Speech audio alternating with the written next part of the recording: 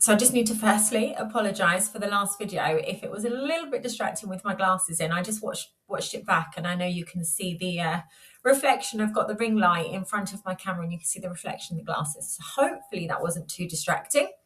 However, I've taken them off, so it might be a little bit easier, although I mean a teeny little circle in the corner of the screen.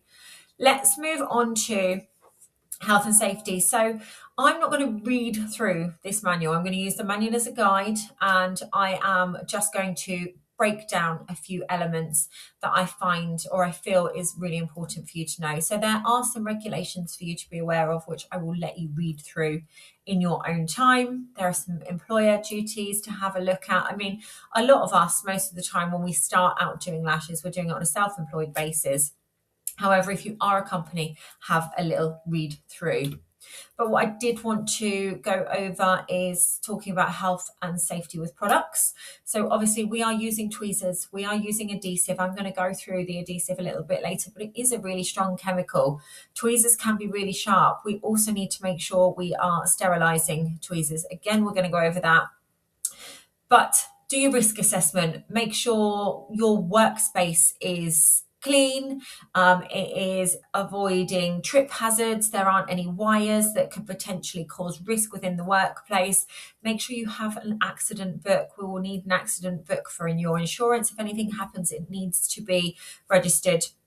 And then just in terms of health and safety with your work area, sterile. Make sure you're cleaning down in between clients. You can use sterilizing tools to clean your tweezers, any disposables you get rid of, couch roll, under eye pads.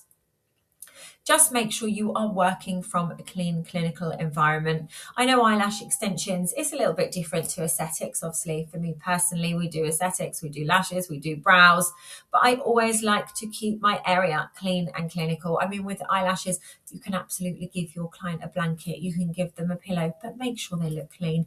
Make sure there aren't any eyelashes over those pillows. Make sure there aren't any bits of glue that make your area look dirty. And also, you as a therapist, present yourself in a certain way. So hair up, so your hair isn't going into your clients' faces when you're working. Chewing gum, brush your teeth, or a mint. You know, there's nothing worse than sat there for an hour or two working on a client with stinky breath.